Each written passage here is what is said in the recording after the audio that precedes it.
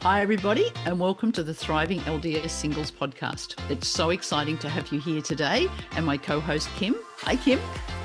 Hello. And we've just had a wonderful chat with each other, and we're discussing the conference talk called The Best Days and Worst Days of Our Lives, and we can both definitely relate to that. Yeah. So the talk's by Emily Bell Freeman, who happens to be one of my favourite people, because I used to watch her on her podcast of Don't Miss This, it was called. So it was a Come Follow Me podcast. And Yeah. I have always said to everybody, you should watch it, you should watch it. And then they called her to be the Young Women's President, General President. And so she's not on the podcast anymore. Yeah. Sadly. Very, very We sad. miss her. We do miss her. And many of you might know her because she does lots of talks and has written books, and she's pretty up there person, like that right. Yeah. And I think the talk is a lovely talk. I think it's very focused to the youth of the church, which is obviously she's the Young Women's President, so Yeah. that makes sense. But talking with Kim and our stories that we know about her and the other stories that aren't in here. So she uses scriptural stories through this. I think knowing her story really helps to know where she's coming from. Yeah. And she starts with the one about planning their daughter's wedding. So this is their youngest daughter, obviously getting married, very exciting. And literally in amongst that, her husband, who's been battling cancer now for, what do you reckon, it's been 2 or 3 years? I think it's been since I think she got called as the Young Women President, and then they got the diagnosis that he had cancer. I seem to recall that too. So, Yeah, yeah. which was sort of like, what? I've taken this calling and my husband gets cancer? Like, how Yeah. does That that doesn't work? sound right. Right. And they're relatively young. So she was born in 1969. So Kim, I looked that up. So yeah, so Yeah. they're still He relatively is young younger than and I am. younger than you. Whoa, that's very young. So yeah, so they're relatively young people. And her husband's had cancer. Obviously, from this story, they thought he'd beaten it, and then this phone call was that it had come back. And Yeah. we know that that's not good when cancer comes back. Yeah. So she's talking about going from celebrating and the super exciting wedding and all the fun planning that goes on with that to finding out that the cancer had come back. So in a matter of seconds, you go from that feeling of the best day to the worst day, which I know many of us, even though the talk is focused on the youth, I think it's just very much generally applicable to all of us. And so that's why we thought we'd focus on it today, because although Yeah, we haven't done our biannual, conference talk, and that's still coming, everybody. it But is. this particular talk we thought was really relevant to all of us, really. Yeah, yeah. I mean, all of us have had times, and Kay, I think you were sharing some times where you had literally best days and worst days all commingled together. It was one of the hardest times you've ever gone through. The hardest time in my life. So my husband had been very ill, and their youngest child was doing year 12. So she's literally sitting in the hospital doing her year 12 assignments while he's dying. Like, Wow. that's just, and this is a child that's had dyslexia her whole life, has struggled at school. She'd got to year 12. That whole last year of her life, he was in and out of hospitals. And then it's getting to the end of the year, and she's got her final assignments, and we're literally sitting in the hospital doing the assignments. Yeah. And And then graduation. he dies on the day of her graduation, like, Wow. ceremony, the dance and the dinner, like the same day. Oh, So we tell her that he's died. She cries for half the day, and the second half of the day she has to sit down and get makeup and hair and all that sort of stuff. oh. And what do? Do you like don't go? Don't go? Like, this is a once in a lifetime event. You Yeah. bought the dress and all that sort of stuff that's been happening. Yeah. And she had such a struggle. She needs to celebrate that. She needs to But celebrate it, but wow, probably her didn't dad's at just all feel died. that way. I don't think so, and she didn't want to tell her friends that he died, and Mm. so apparently a few people said to her, "What's wrong with you?" Oh, So that was a Wow. really tough day. But then we literally, so the next week is all of the celebrations of her finishing year 12. So Yeah. she was in the school band. And so she, they're playing at these events. And she's the drummer. So she's like a major part of the band. She can't not go. Yeah. She gets awards. So there's award nights and she gets like topper's subject in both music and art. Oh, And literally the next, and then we go to a funeral. Like it's just, wow. so yeah, that was sort of best and worst days of the week, like the whole week. And Yeah. it was highs and like for her to have got best in subject, even T's her older sister was best at everything. She never got best of subject though. you know. Um, we had massive support from the older children. It was wonderful, but it was just like, yeah, best and worst days. Wow. And so this talk really talks about how do you navigate that? What do you do? What's the thought process, I guess, when we're Well, and going through it those things? sounds trite to say, but this is mortality. This is what life is. It's Yeah. ups and it's downs. Yeah. And it's actually been designed that way. And you sort of, I think, and maybe in the church or maybe just in life in general, we think, if I do all the right things and I do, I'm a good person, then life will Yeah. just work out really well. Yeah. And Yeah. I think we go through life thinking that. Hmm. That actually is not God's plan. I know. And we were talking about how just even in my circumstance, I really didn't think that I would be here and still like I am right now. I went back to school and thought I would graduate and get my dream job and I'd be married by then. And, here I am years later, and that's really hard. I mean, you think if I'm doing all the things I should be, why isn't that working out for me? Mm, And so that is definitely, I'm sure everyone goes through similar struggles like that. And I don't know, I have a tendency to always look at things like that, like clearly I must be doing something wrong. I'm not one to say, God, why are you doing this to me? I've never been like that. I'm always thinking, clearly there's something I have done wrong, or I'm not, you know, living up to my end of the responsibilities. But um, but I know a lot of people get mad at God and say, "Why are you doing this to me?" mm.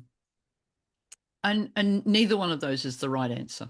Yeah, yeah, yeah. It's so So, true. In fact, I just heard this story the other day. It was funny. I came home and I was telling it to a friend, and um, so I'll tell you, I started out and was telling the story about how this guy went hiking and he got bitten by a rattlesnake. whoa. And they took him to the hospital to get the anti-venom, because you can die from that. And it was a young one. So when they're younger, it's much more dangerous. So anyway, they got him to the hospital, and I'm trying to think where I heard this talk. Oh yeah, it was in my state conference. So anyway, so they got him to the hospital and he was like, I just need the anti-venom. And they said, look, this is high season for snake bites. And right now you're not dying. And I need to save the venom, the anti-venom for children and people that are actually almost dying. So you're just going to have to suffer through it. And they let him, he survived, but they let him suffer through it. And so when I was sharing that story, my friend said, I got to the point where I said they got to the hospital, and my friend said, and they gave him a blessing and he was okay. And I was like, no, that's not what happened. But that's what our tendency is to think, right? Is that Mm, we're going to get the blessing and everything's going to be okay. yeah. But no, he went through a lot of pain and suffering, but it's because the doctor could see the grander scheme of things.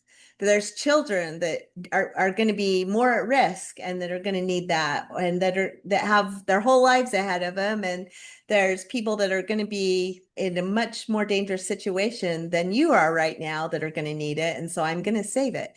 And so I thought about that in terms of, God knowing the whole plan, and that we think, why is God letting us suffer like this when really there's a lot more at play? And I thought that was a really good perspective to have, even That's though a it sounded yeah, miserable.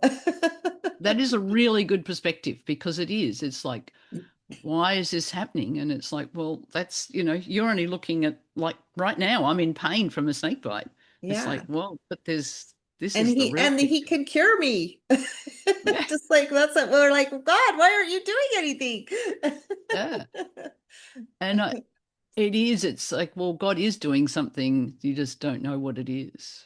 Yeah. Um, And Emily does mention that mortality is a proving ground and that we do have to go through stuff.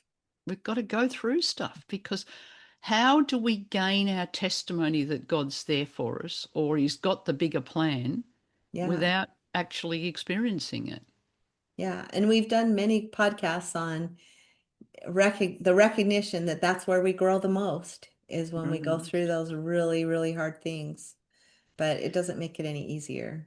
It doesn't make it any easier. And I think it's like when you read this talk, I think it's important because, we look at Emily Freeman's life and you go, she's got the dream life. What are you all talking about? Yeah. She's married. She's the Young Women's president. Her parents were beautiful. She's from original stock. She's had grandparents and great grandparents, and True. she's married in the temple to this wonderful guy. And like, what is Yeah. she going on about, right? She doesn't Yeah. know what trials are. And she's been quite upfront. This isn't like we don't actually know her personally. Hi, Emily, if you're around, but I love you. Um, but we're just from her stories. She has not had a dream life, and her problems have been different than ours.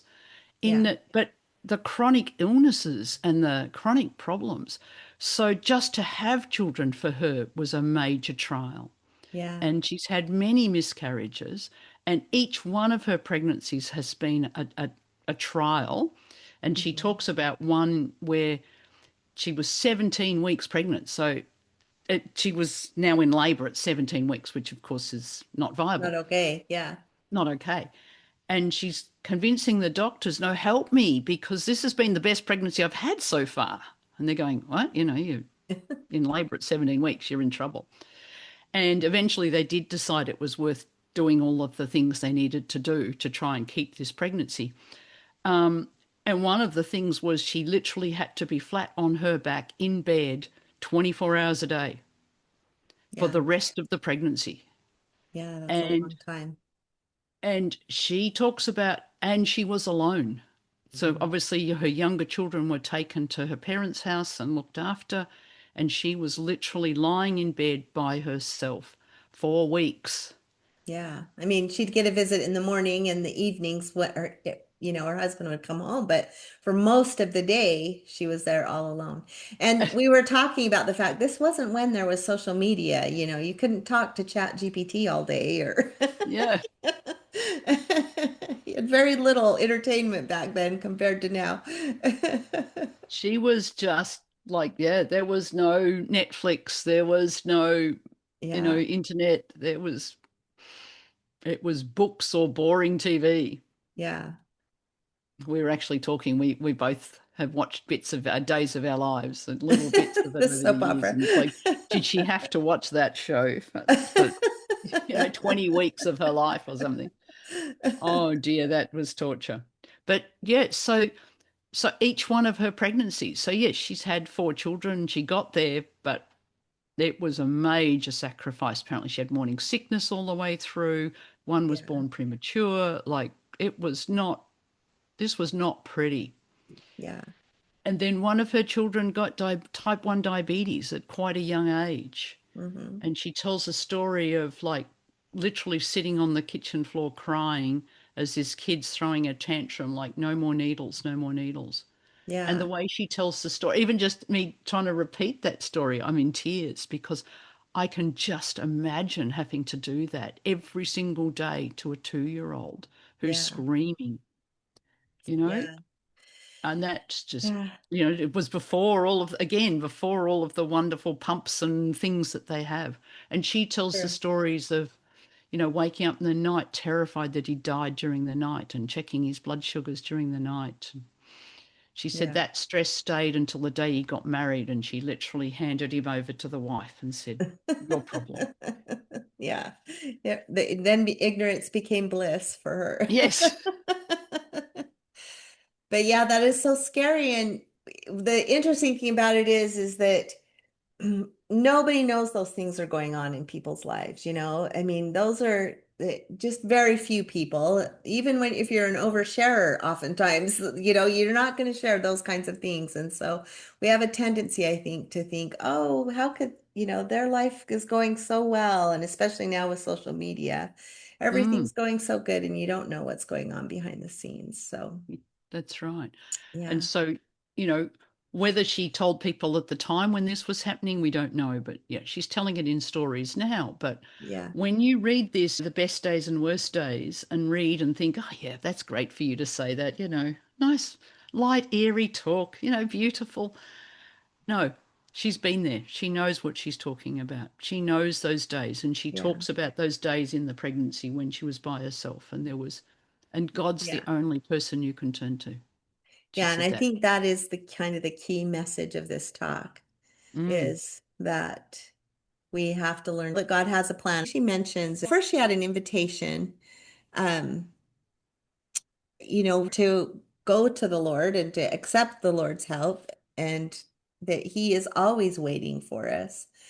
So there's always that invitation there. And I think the stories she used were really beautiful about that. But then also she mentions the three things that she found in the Strength for Youth. So it is very focused on the youth, but a lot of those books like Preach My Gospel, and I love those books because they have more basic information, but the really core, most valuable, simple truths about the gospel. But anyway, so God's plan, and then God wants to communicate with you what we were just talking about, and that He will help us. hmm Yeah, Yeah, I think it was one of the talks we talked about how the inspiration from God is actually, it's not like we have to go and get inspiration. He's actually there all the time. yeah, And it's only that we have to go and hear it. It's yeah. it's Like it's radio actually there. waves in the air. The Yeah, radio waves are always there. We just have to tune into the right channel, tune right? in. And that's the bit where I think we're missing is that he's actually always there. Yeah. Yeah. um, but not always giving us exactly what we want, which is like, but, you know, I want a Yeah. job. It's a righteous desire. Like, what's wrong? Why aren't I getting this? Yeah. Yeah. That's my current challenge. A current challenge. And it sounds like a righteous desire. I don't know why he's not giving you the perfect job. It sounds like a good plan to me. But, No, me too. um, but, why didn't he allow Emily to have 10 children easily? Right, right. Yeah, there's always something. And she uses the Peter example, the classic example of him having his best day where he's so confident and feeling so good about things. He wants to walk on water and then starts to get out there and starts to have the doubts and feel the fear and Mm, starts to sink. And mm. so before he knows it, he's in his worst day. And then, of course, Christ helps and pulls him out. So, and that's kind of how things go, right? But sometimes we get impatient and we don't, we're still waiting to be pulled out. And I love Peter. I think the Peter story. Maybe I'm a bit like Peter, but he's very impetuous, isn't he? He's very like gung ho and yeah, I can do it. I can walk on water. I yeah, can yeah. imagine the rest of the disciples in the boats going, hey dude, you can't walk on water. Like, What are you don't be thinking? dumb. What are you thinking? Oh no, I can do this. And he gets out. Um, and we feel He like that, don't we? accepts the invitation because he Except did get an invitation. that's true. Yeah. But like there's a few things that Peter does over the years where he's like, "Yep, I'll be right. I won't deny you. I'm not. What do you mean Yeah. that three times the cock? I'm not going to deny you." And can you imagine that feeling after the cock crowed? And he went, "Oh, I just Yeah. did it. I did exactly what he said I would do. And my testimony is like that. I have days where it's just so strong. I can't imagine ever not, like this is it. Right. And then there's other days I'm like, what am I doing? This is hard. I don't want to do this. I don't want to go to church today. Like it's Yeah. lonely at church. It's boring at church. It's like I don't want to do this. I could just stay home. Who would know if I stayed home from church next week? Is there anybody here? Well, now I'm telling you all, but some of you might notice. They're all watching for you now, Kay. Thank Yeah, goodness. they're watching for me. But really, who would know? I travel a lot. I'm away a lot. No one's paying any Oh, that's attention. true. I often sit by myself. Um, you know, why Yeah. would, how would anybody even notice? Yeah. And I can remember doing one time at church exactly that. And I think it might have been when I was traveling and I thought I could just stay home. It's like, I got to drive. I got to find this place. It's all strangers. Like, I'll just stay home. And I remember sitting down in the chapel and had a very strong feeling of this is where you're meant to be. Well done. I Oh, remember going, nice. oh, wow. Oh, wow. That was inspiration. It was That a is nice. lovely, warm feeling of like, this is where I was meant to be. Yeah. Um, but it's so easy to Hmm. like, life's hard. Yeah, and you do that once and then it gets a little easier and a little easier, and before you know it, you're not going. So, Yeah. yeah. And she also talks about just kind of what you're just saying of walking in God's light. I mean, that's the other thing, right? Is to be always Yeah. focused on that and making that choice to be in his light and continue to focus on that. So that was, I think, another one of the principles from the Strength of Youth, right? Yes. Yeah. Yeah. And then, of course, our covenants, our temple covenants. But I, I'll go on. I like the bit, the promised blessings, and it's like the bit, the where Peter denies him 3 times, and apparently, and like scripture reading, we don't always read the all of the little words because apparently Jesus looked at him after he denied him the 3rd time, mm, but he probably didn't look at him with like the yeah, that look, I told you so. Look, yeah, which is how probably we not would in look. that point. Probably not at that point. He probably looked at him with like with love. Like, Mhm. yep, I understand that was hard. Yeah, And you're gonna actually have to face some more hard stuff too. yeah, And I imagine that's how God looks at all of us, of like, yep, this is hard. And I understand this is hard. And it's actually there's gonna be more hard stuff. hmm, And it's not over. And Peter, discovered that. yeah, that's true. What does it say? Um, the encouraging words Jesus had said to Peter, I have prayed for thee that thy faith fail not, and when thou art converted, strengthen thy brethren. And so that's what Yeah, the that's words sweet. he had given Peter, Yeah, and Peter would have remembered that at that point. yeah, So yes, a look of enabling strength meant to carry Peter through the worst moments ahead, because there's the trial, the cross, the tomb. yeah. And he was really saying, I'm confident in you. I'm Mm, trusting you will, you will overcome this. And then I need you to preach my gospel to yeah. the So masses. although it looked like Peter had failed at that point, Jesus knew he hadn't failed. There was more to come, and Peter was going to grow in strength. And we see that with the Peter, don't we? We see that the original Yeah, apostle and the apostle that at the end of his life, how much he grew. yeah, that's so Um, true. and it was those trials. Yeah, So Peter was more than a fisherman; he would now become a shepherd. I like that. Um, So sometimes we may wonder if the Lord's promises will truly be fulfilled in us, especially when all seems lost, especially on our worst days. And Peter's story reminds us that they will. Yeah. And I know you had a long haul of kind of worse days as you went through what you went through, but as you look back now, you tell me your thoughts. Well, yeah, watching your husband die is absolutely the worst thing. Like, honestly, I can't. I've had children die as well. Watching your husband die is way worse. Mm, I know we shouldn't compare, but this is really bad. Um, but the strength and faith in God that I gained, because you are alone in that. And in my case, there was very few people around that were helping in any way. It was very, very lonely. mm, And of course, the reason why I think your husband dying is the worst is that normally he's your support person. right, right. He's the person you Yeah, talk to. He's the person that you go to. yeah, And here he is dying, and my husband didn't cope very well at all with dying. So you have to be the support person for everybody around you. So these teenage children I still had at home, right. this husband that was not coping with dying, Mm, and you've still got to pay the bills, and you've still got to buy food, and you got to do right. all of that in this process. And Mm, it's sad to say, but the church was not helpful. And for many of us, will have had that experience where this church that's supposed to be fantastic falls and yeah, doesn't. yeah. Um, but my testimony that God is there grew dramatically through that time. Mm, And I can see where he was and helped.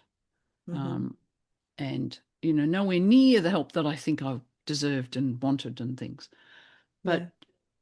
But there was a really, and you probably need the backstory to this, but the bishopric changed that week that he died.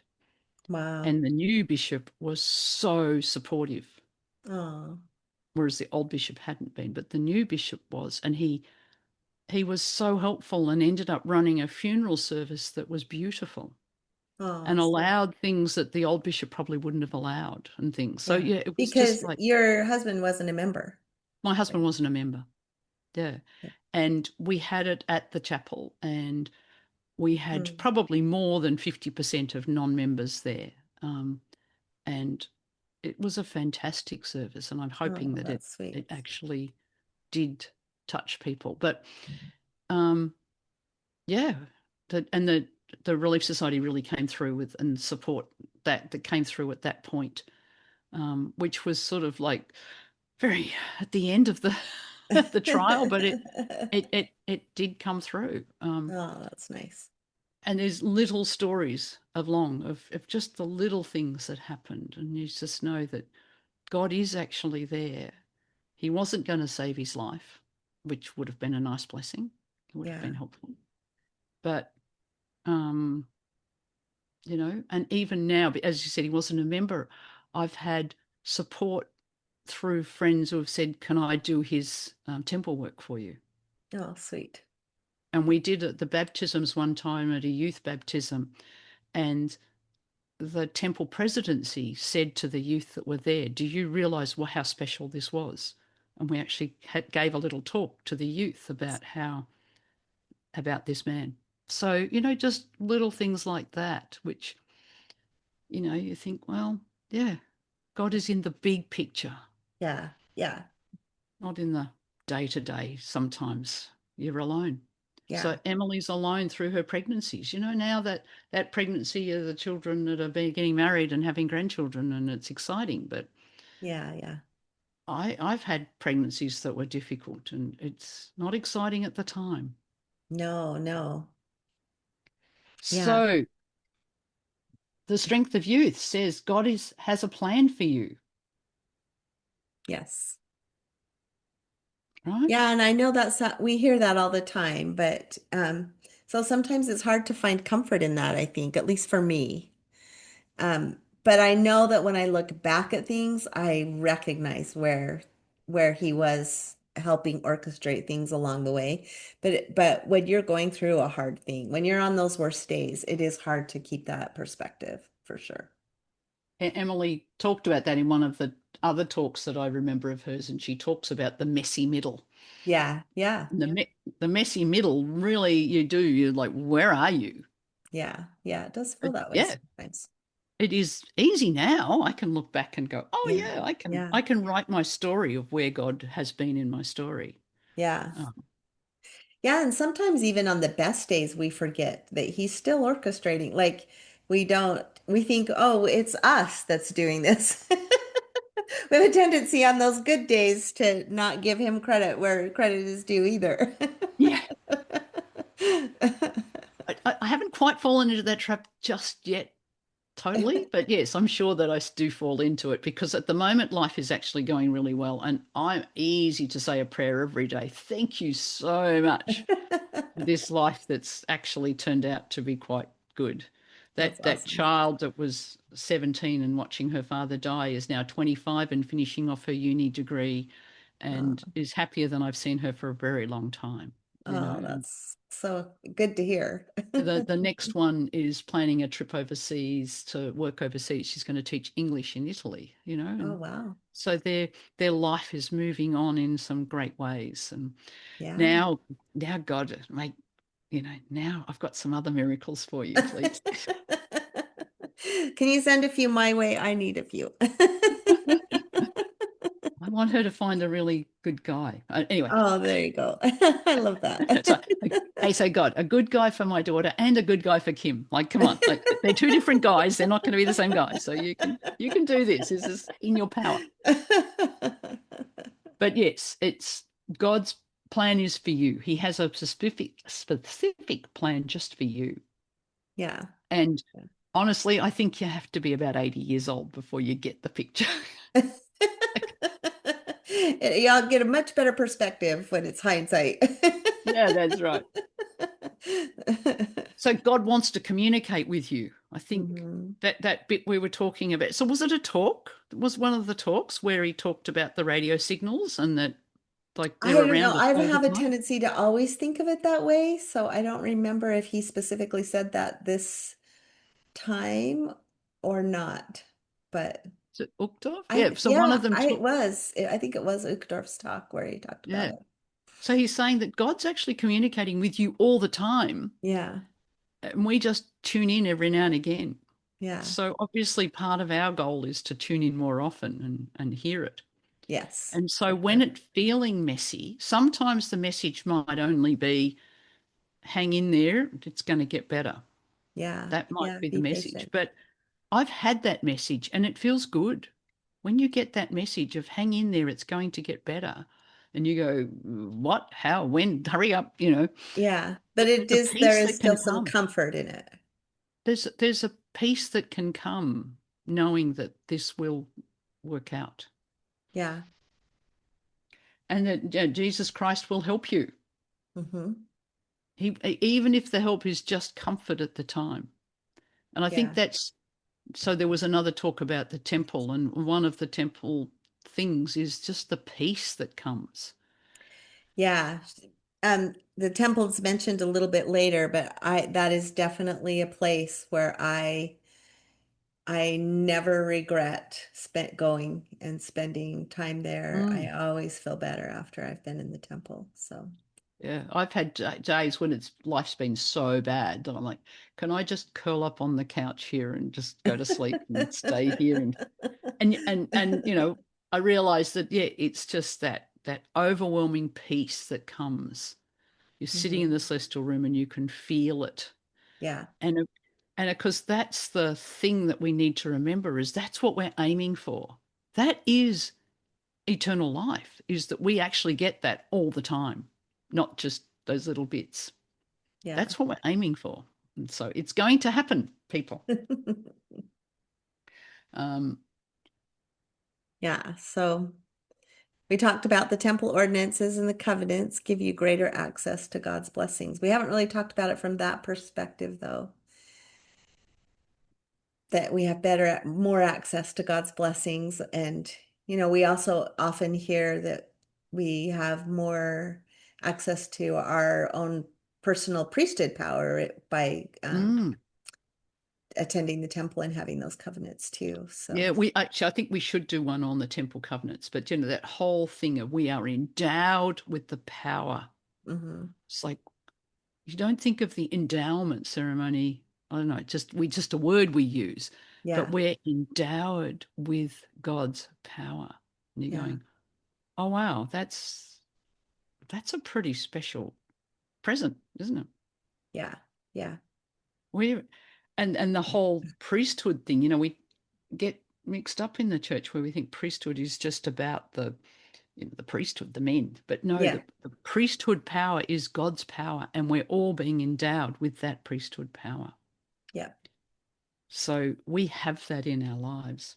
Yeah. And finally, Jesus Christ brings joy. Hmm. Joy is not an absence of sorrow in your life, it's the presence of Jesus Christ in your life. Yeah. And I have definitely have had times where, just like what you're talking about, where I'm going through something really hard and grieving or feeling the loss or sadness of something, and at the same time, I feel that comfort and that joy. And I Mm, think it is possible to feel those at the same time. So, that's right. I think our modern definition of the word joy is like, jumping for joy type thing. But yeah, that's not the Bible's definition of joy. yeah, Joy is about God's presence in your life. So, yeah, so true.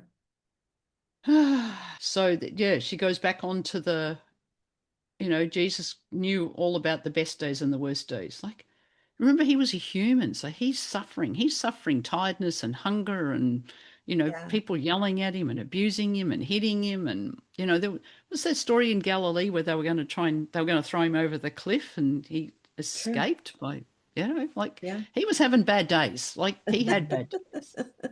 This is true.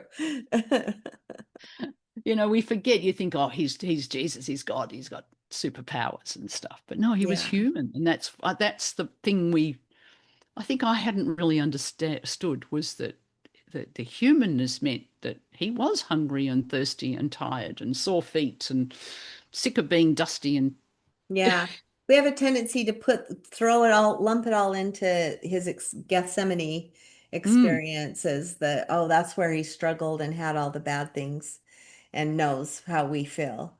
But mm, yeah, he was human, so he was human. So he knows what it's like to be tired and yeah, still yeah, have to keep going. He actually yeah, does know that. Um, yeah, so because of him, no matter how bad things are right now, your best days are ahead. yeah. If we can just all keep that perspective, huh? And isn't that President Nelson's Think Celestial? Like the best days are still ahead.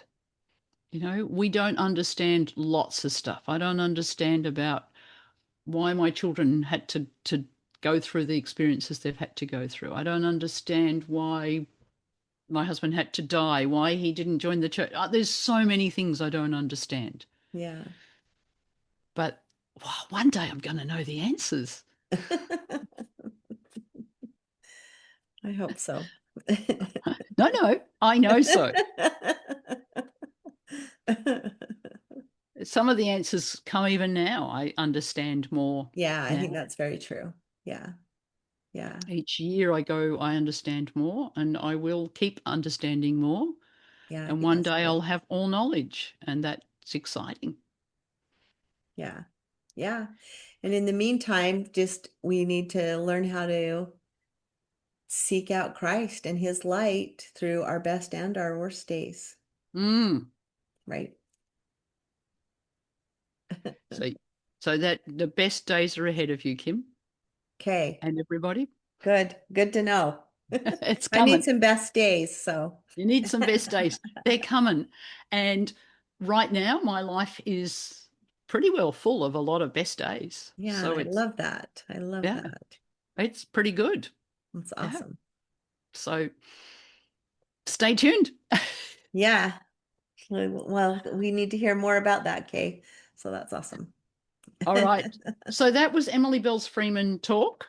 Yeah. Best days and worst days. We just liked it because we think that we're not alone. It's not just the two of us going through best days and worst days and worst Yeah, days. and So, there's a couple others that we probably will do a deeper dive in. Another one I really liked, and we'll do for sure on the recap, but maybe even go a little further in, was Elder Bednar's talk, because we often talk about how sometimes we end up with that. Oh, we're just enduring to the end, especially with some of the widows and widowers have more of a tendency to feel that way. I'm just hanging in here until I can go be with my love. But he really reframed that whole saying or statement, and so I think that was a really good talk. We should do a deep dive on probably too. And I'm sure. All right, everybody, read your Elder Bedner talk.